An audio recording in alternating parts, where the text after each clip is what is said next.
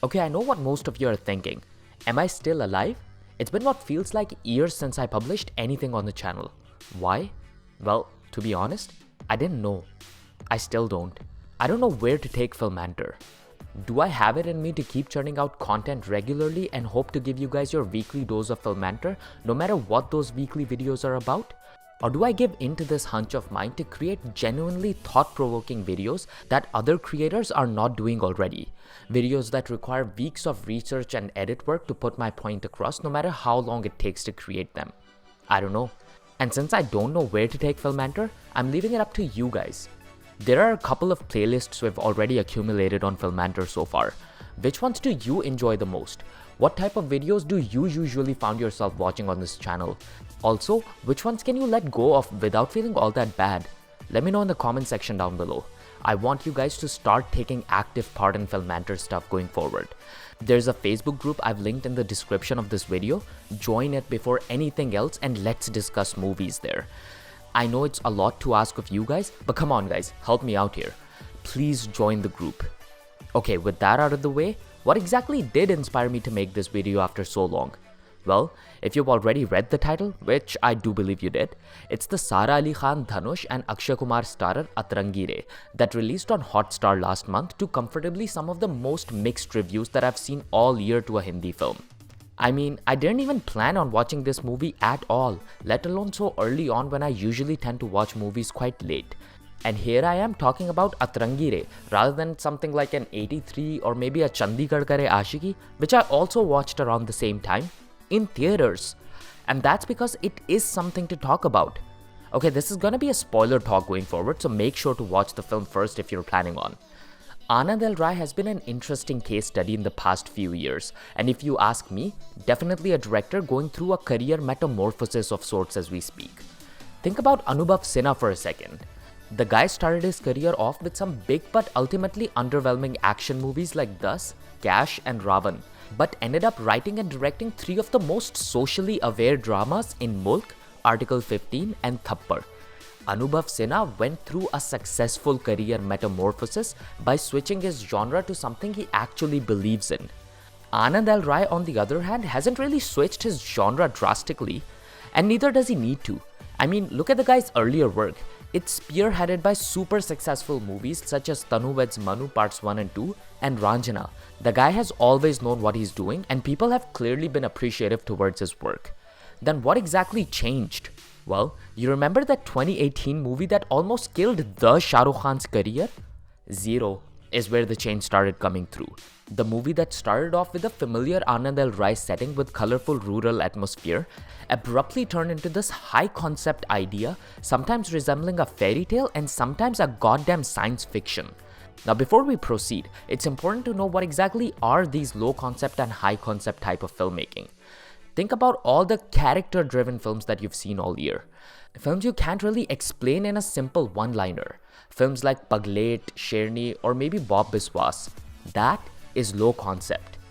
Now think of an extravagant what-if situation and you get your high concept idea. What if one raw agent decommissions an entire Iraq-based terrorist group? That's high concept.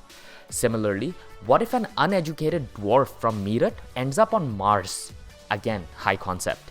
So they're not genre specific per se, but you can still get an idea of what genres do high and low concepts usually cater to. Aanand L Rai has always been a low concept filmmaker if you ask me, with his characters taking his premise forward then the premise taking those characters forward. Whether it be Kundan's unabashed love for his childhood sweetheart Zoya, or Tanu's experiments with her love life before meeting the gentleman that is Manu. Zero in 2018 though was a step into the high concept territory, presumably because Shah Rukh Khan was involved. We all were quick to assume that the movie was tempered in a way to justify Shah Rukh Khan's involvement, and that's why it became this high concept thing that frankly didn't make a lot of sense.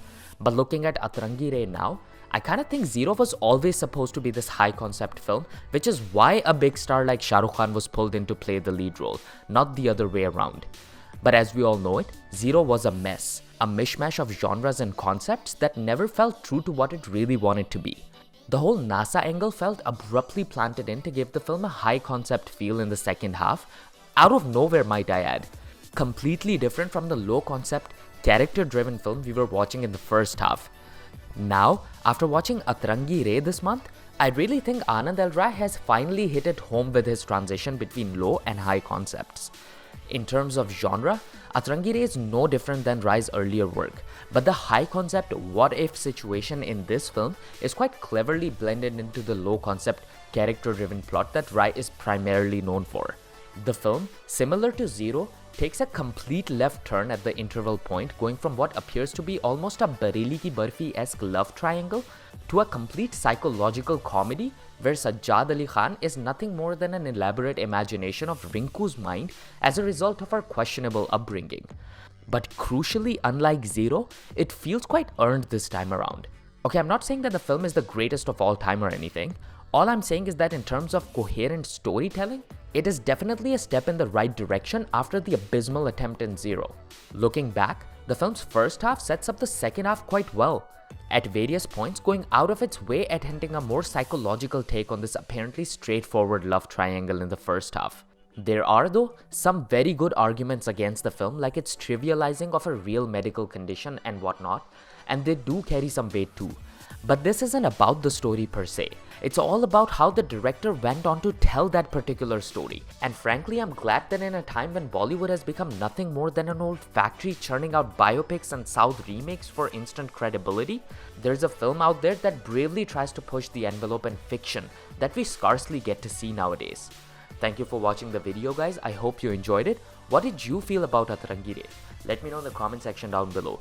Meanwhile, if you really want to see what I've been up to these couple of months, check out my new channel by the name of Filmanter Studios that I use to create my own short films on. We've made a sequel to our first horror film, Date Night, and definitely something I'd love for all of you to watch. So head on to Filmanter Studios, watch both the films if you haven't already, and let me know what you think. With that out of the way, have a safe week ahead. My name is Aamir and I shall see you soon.